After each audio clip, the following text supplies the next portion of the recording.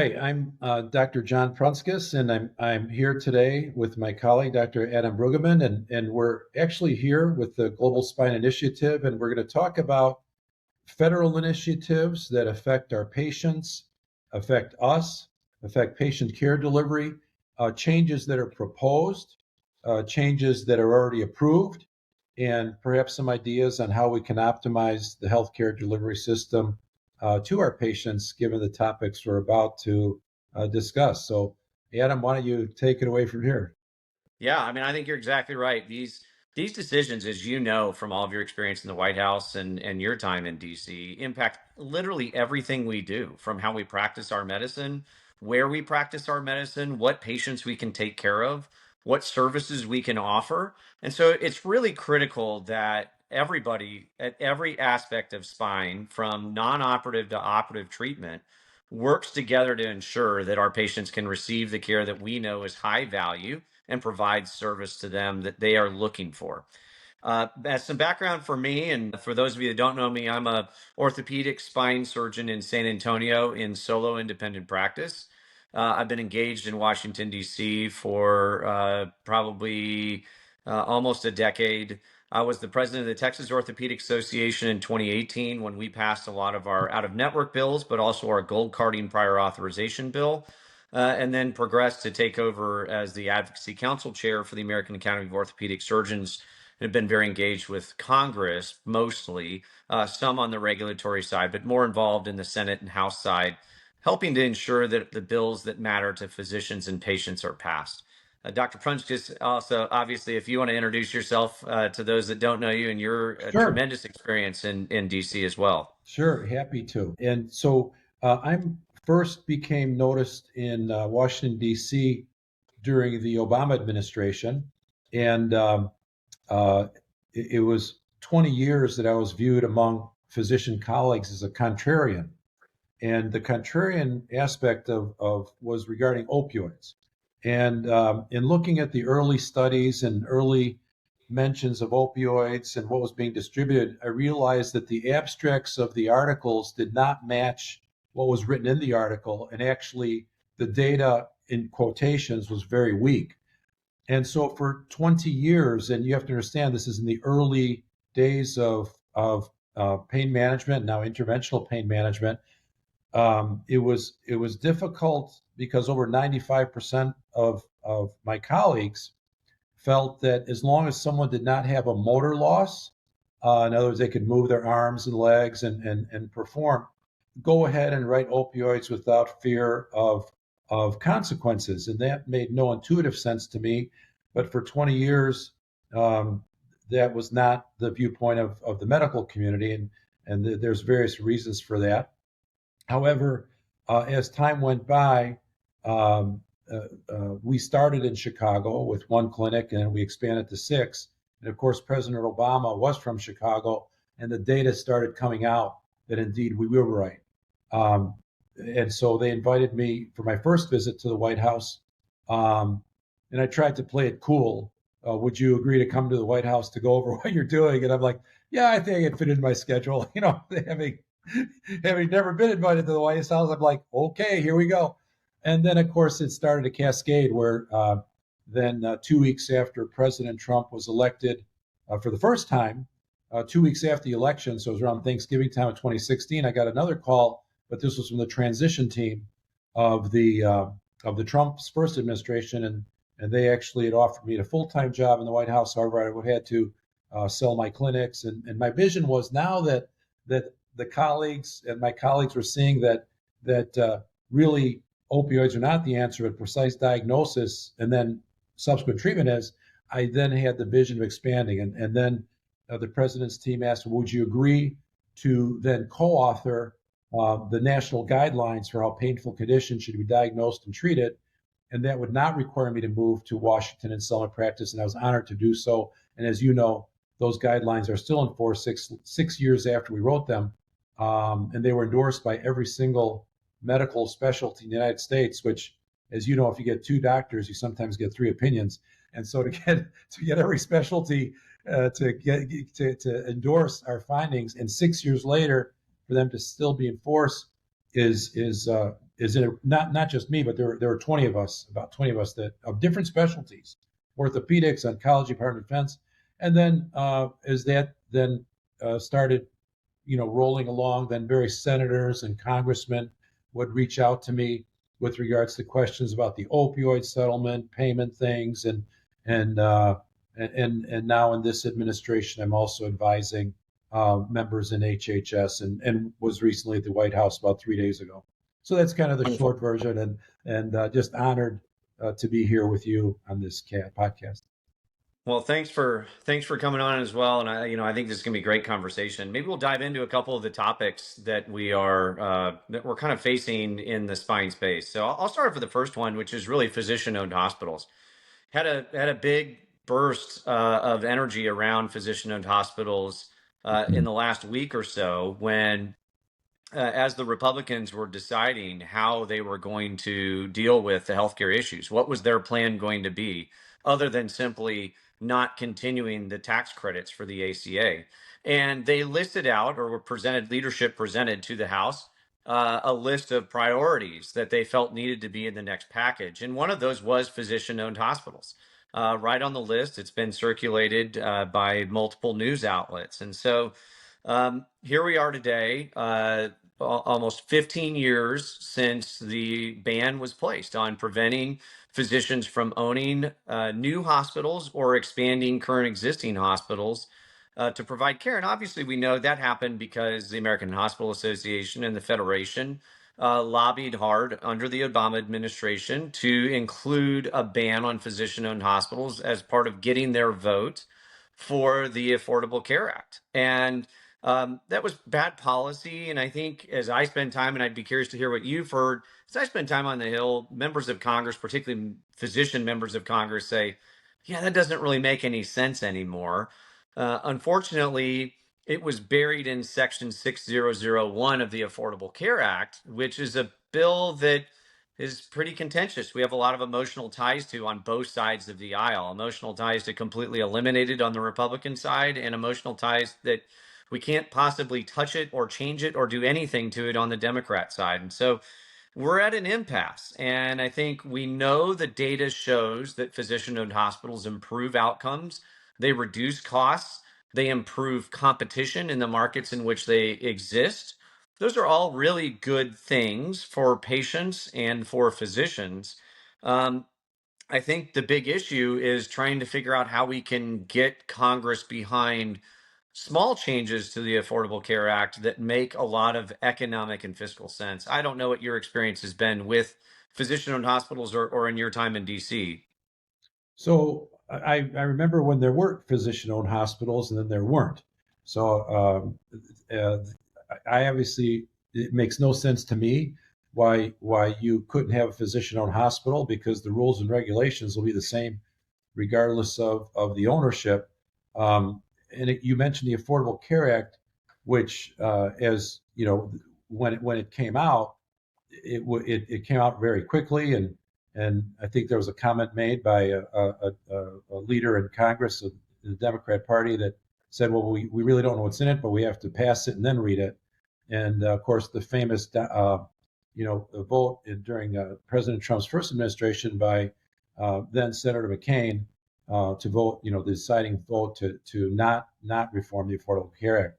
In my experience in Washington, the Affordable Care Act is a hot topic issue, and one of the things that I've seen is that those who are in favor of it but still see weaknesses in it are afraid somewhat to allow correction of those weaknesses, because they view it as a chink in the armor.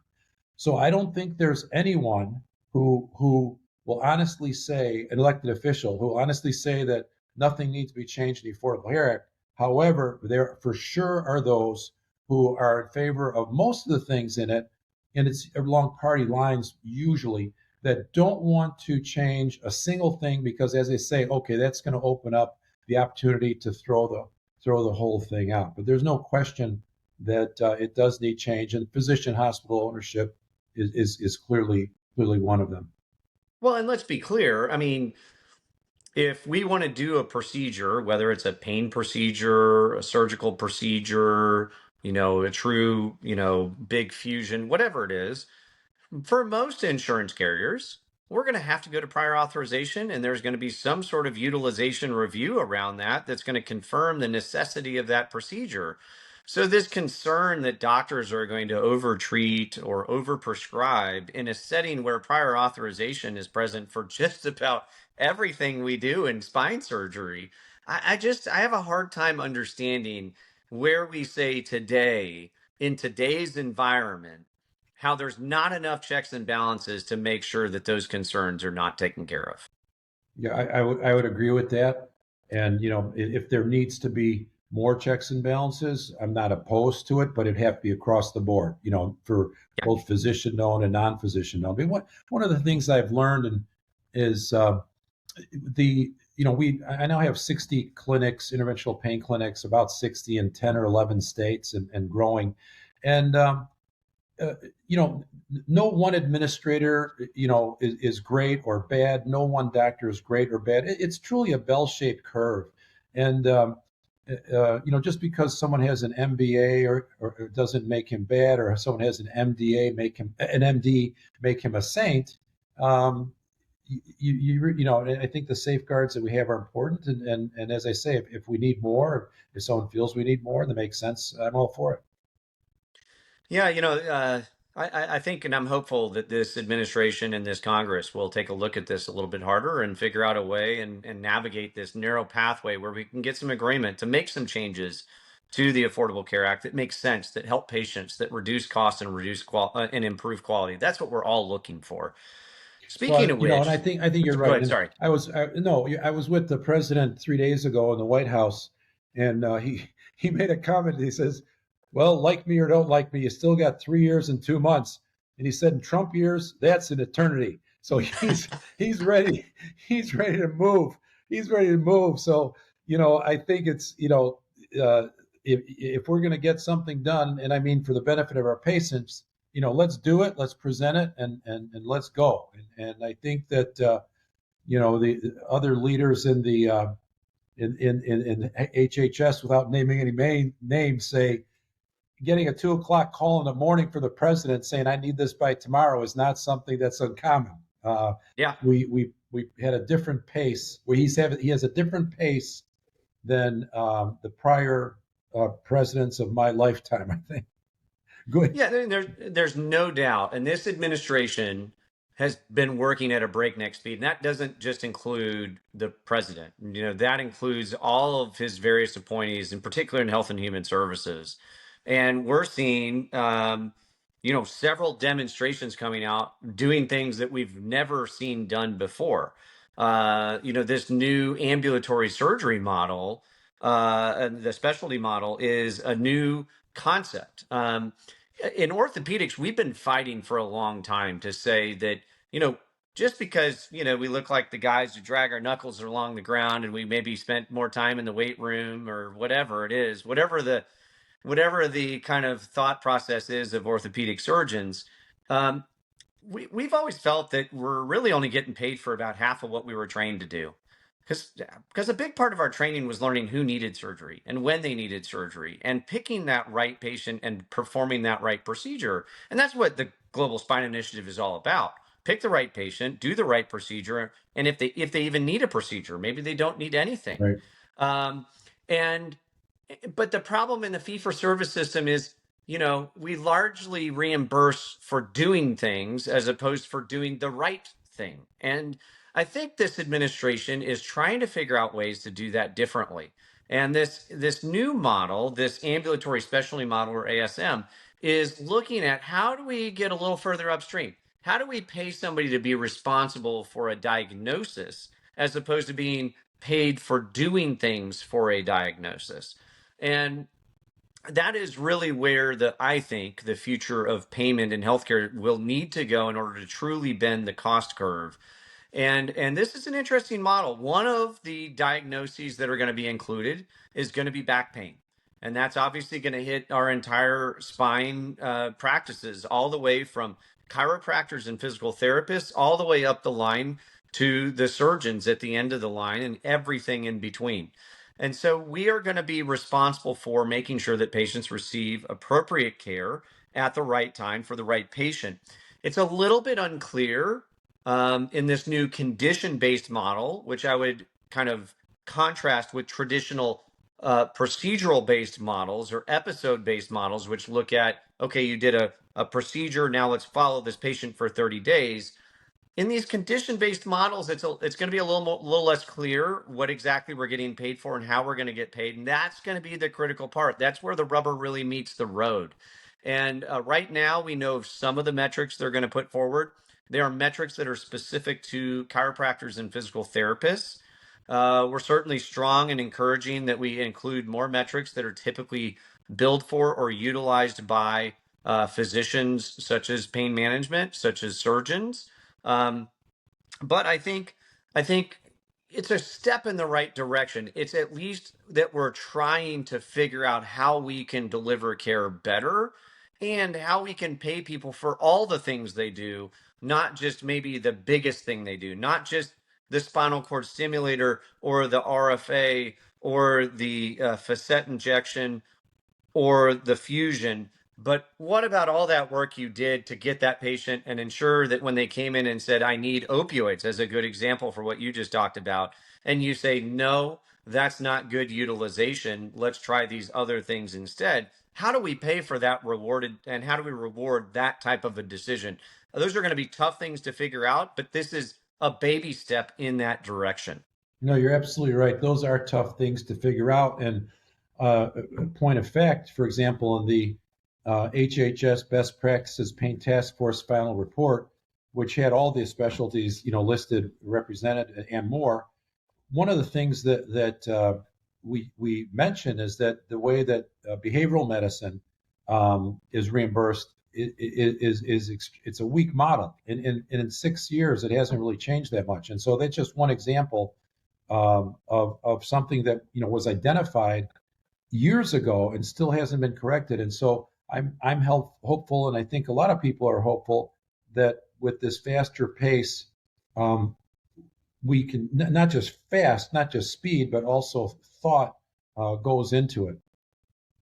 Yeah, and I'm just encouraged that we're thinking outside the box, honestly, more than anything. And I know that these are difficult for people. A lot of these models are mandatory. Unfortunately, people are going to be held responsible for kind of experimental ideas. Um, but I think at some point in time, it's kind of pushing the bird out of the nest. We've all got to go out there and try and learn how to fly. And we can talk about reforming the system all we want, but until we actually make those changes and try to make those real changes and meaningful changes, it's just very difficult to get done. And we've just got to jump out of the jump out, take a chance, and see what we can get done. And I applaud the kind of brave nature of the current administration for trying these new concepts. I would agree. And I think, there's a saying that, if you and I both agree, one of us is unnecessary on every topic. Well, clearly, Robert F. Kennedy Jr., Secretary Kennedy, Administrator, Oz, Jay Bhattacharya at NIH. Obviously, people can have disagreements, or I can have disagreements with some of their policies. But I think, especially right now, I attended a MAHA meeting in Washington, I think about 10 days ago. And there's been an evolution in thought on the leadership in HHS that is more. I'm very data driven, and that is now more data driven than perhaps originally portrayed, or even they themselves originally felt. Because again, they're getting into their groove. Okay, I mean they've all just been appointed still in the same calendar year. It's hard to believe, but I felt really reassured and comforted by the MAHA meeting that was in Washington about 10 days ago, because it really was heading more towards a data driven process for making decisions than perhaps was portrayed earlier in the year. Yeah, no, I definitely see some changes as I'm there and a focus on data and real world experience and what's happened and what's improved and what hasn't improved. Not just I feel this way or I think this way. And so I'm certainly hopeful in that perspective. And speaking of kind of changing the way we get paid. I mean, I think you've got a couple things on site neutrality and physician fee schedule that definitely would change how we are paid, or how we value what we're paid. Right. I mean, so site neutrality is something that I don't think, well, it is not going to pass um, with any degree of ease in Congress. And actually, it failed even in the Republican platform. They couldn't get a majority of elected officials in Congress to support that. And quite simply, it's because hospitals will are by law collecting 200 to 500% more than an identical procedure in an ambulatory surgery center, and so they have a huge lobby that wants to stop that. And then there are examples brought up like, well, there's rural hospitals that need revenue. Well, we can work on the outliers. That's not a problem, but the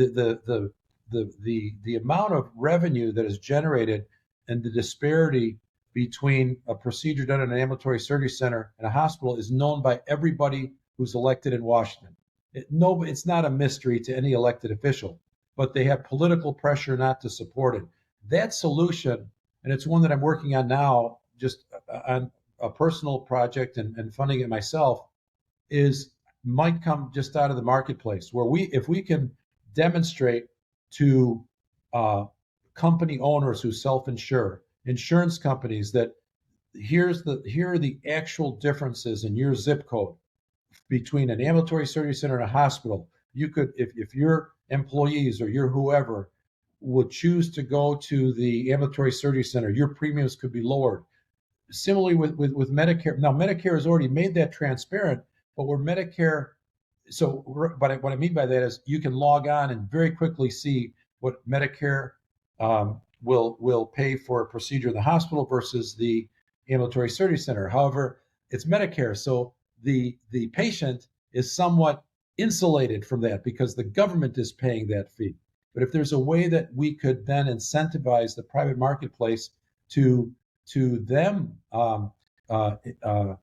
allow savings to their employees to choose to go to an ambulatory surgery center, we could very easily reduce the strain and stress on the healthcare delivery system in the United States. And then you also mentioned the physician reimbursement. So every year it goes down in real dollars, despite the fact that healthcare dollars spent are going up. And that has to change. It can't continue because it's going to impact the ability of certain patient groups to have access to healthcare. It's as simple as that. Patients are not to be able to see certain doctors because certain doctors are going to say, you know what, it's just not worth it anymore, or they're going to get early retirements, which is what we're seeing now.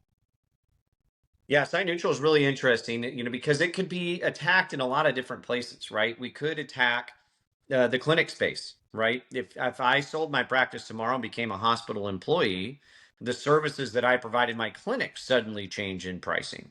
Um, so do we attack just the clinical piece of it and say an office visit is an office visit, an in-office epidural is an in-office epidural? It shouldn't matter who pays for the rent of the building, or whose marquee is, or whose name is on the marquee. It should be the same price no matter what.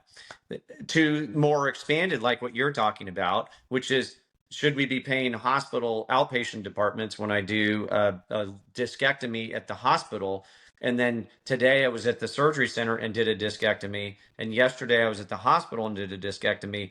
Should we really be paying two different prices? My anesthesiologist was the same yesterday as it was today. I was the same person that operated on the person. Now the patients were obviously different, but similar problems. The surgeries took roughly the same amount of time and the same amount of resources, but yet, as you're saying, we're paying dramatically different prices at the hospital than we are at the surgery center. And so we need to rectify that. And how we do that is going to be difficult, as you said, because the same people who opposed the physician owned hospitals are going to come back out of the woodwork and say, you can't cut the pay to the hospitals. We need that pay. And if we don't have it, we're going to take out ads in your district and we're going to say you're trying to fire nurses and staff members at the hospitals who are now going to lose their job because of your policies. On the No, you're physician, absolutely right, and oh, that's sorry, why go ahead. that's why I think right now the answer is going to come from, as I say, in something. It's a private initiative, and I know I'm working on it. There's other people who are working on it, where like many other things, private enterprise and thought leadership outside the government then changes how we're doing things. The government did not invent the iPhone, right? Private industry invented the iPhone. You know what I'm saying? Yeah. We can't, if we see that either we're faster or better than the government, or they are reluctant to change and something that's needed, as in the case of site neutrality, then I firmly believe the answer is going to come out of the private sector for a solution that benefits everybody. And I would tell you, for whatever it's worth, and I know people hate insurance companies in the physician world, but you know who's on our side for physician-owned hospitals? Elevance Health, which is formerly Anthem, Blue Cross Blue Shield. A large major health insurance carrier is saying, we're tired. We, the private insurance company, we're tired of not having competition. We're tired of not allowing physicians to own hospitals in our markets. We want to see those physician owned hospitals enter into markets, and we think that's good for our market. And you know who else is on board with, fixing this site neutral problem? The same people, these private insurance companies, as you're saying, they're looking to provide good service to the employers they are rent their networks to, or to the people who purchase their insurance. And so certainly finding ways to shift care to surgery centers saves them money and ultimately reduces the cost that they have to pass on. And so I always challenge physicians to think about who are our allies in some of these fights. And sometimes we have enemies in other parts of our practices, but we can find ways to work together on a different battle, on a different battlefront, on a different battlefield. We identify that perhaps we have the same goals and the same desired outcomes. And so, in those cases, I think we have to work with those large voices like insurance companies who want to help us see those policies get across the finish line. And with regard to insurance companies, I've had some varied responses to that. There's those that are in favor of it and those that might not be, because in some insurance company models, they mark up the premium a certain percentage. And so in some cases, not all, an insurance company might be in favor of keeping the status quo, because if patients go to a hospital, again, that means the premiums are higher. If the way they get paid is a percentage above cost, they might not be in favor. So I've heard that.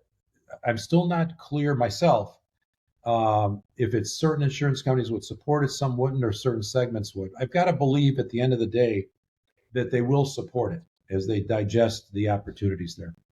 No doubt.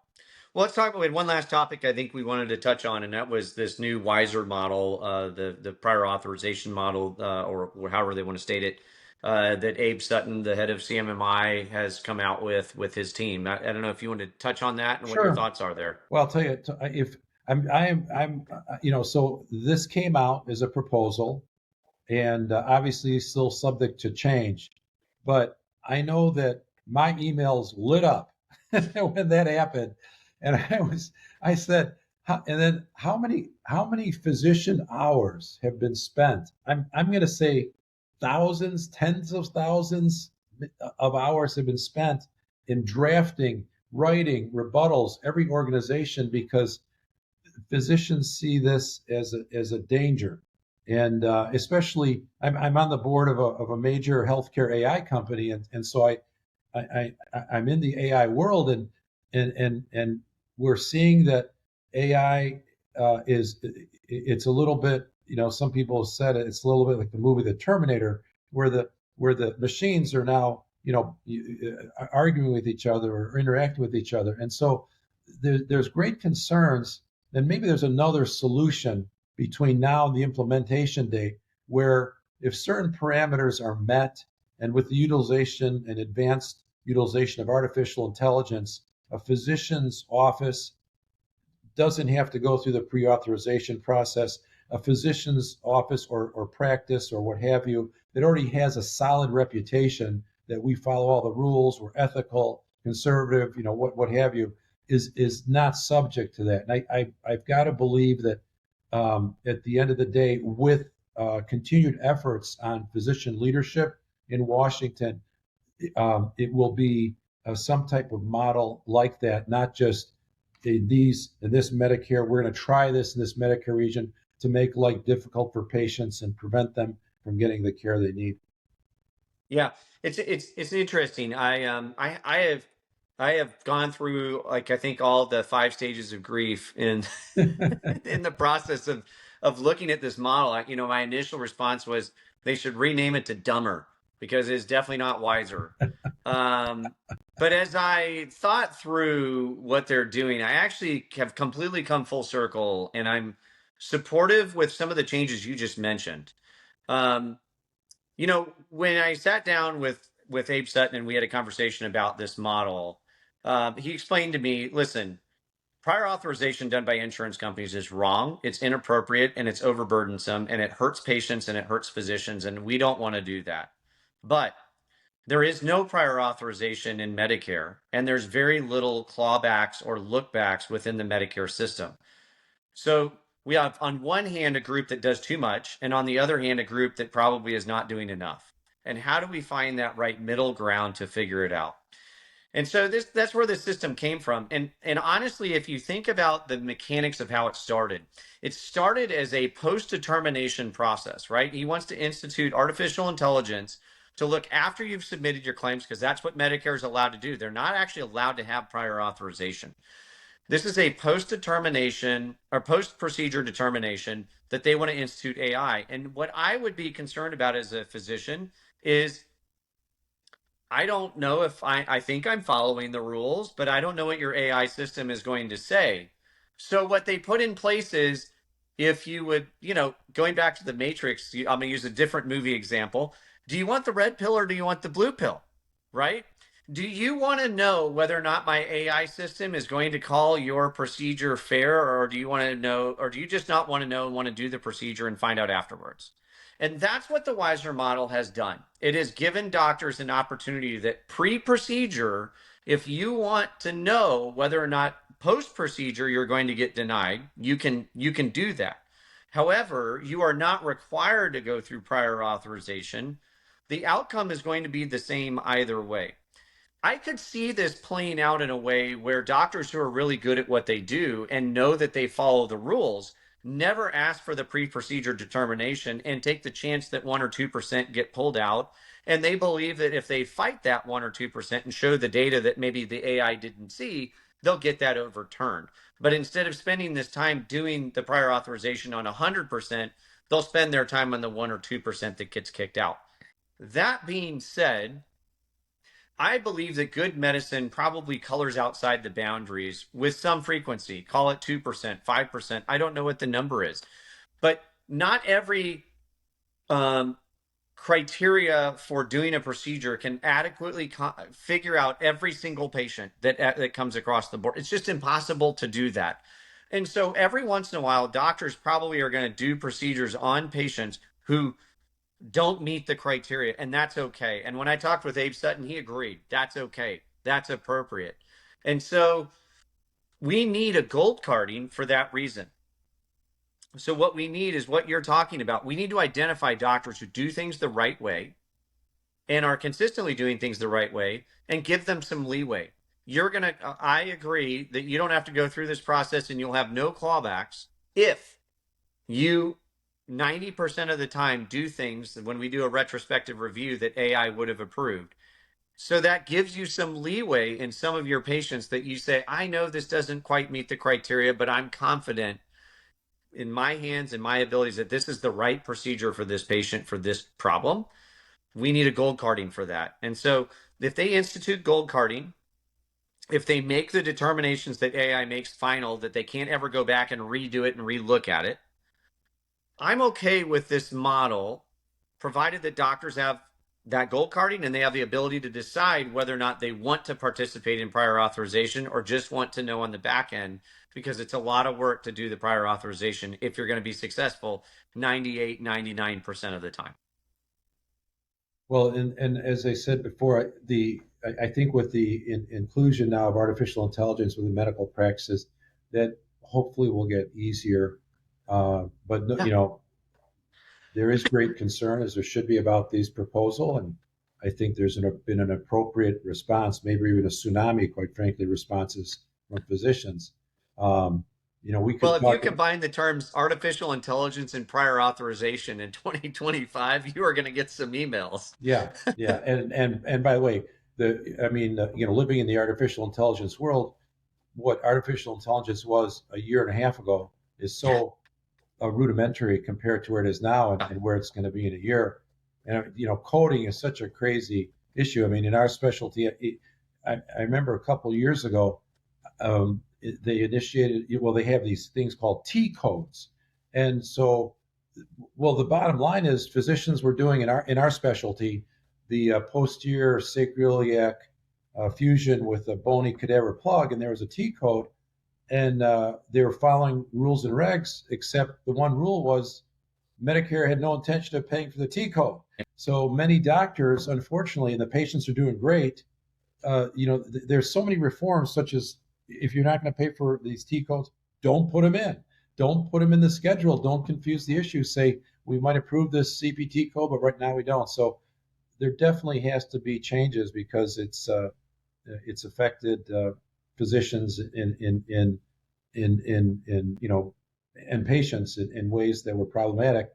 But to your point, um, the only thing that's certain is change, and we just have to be on top of it, and not reject it out of hand.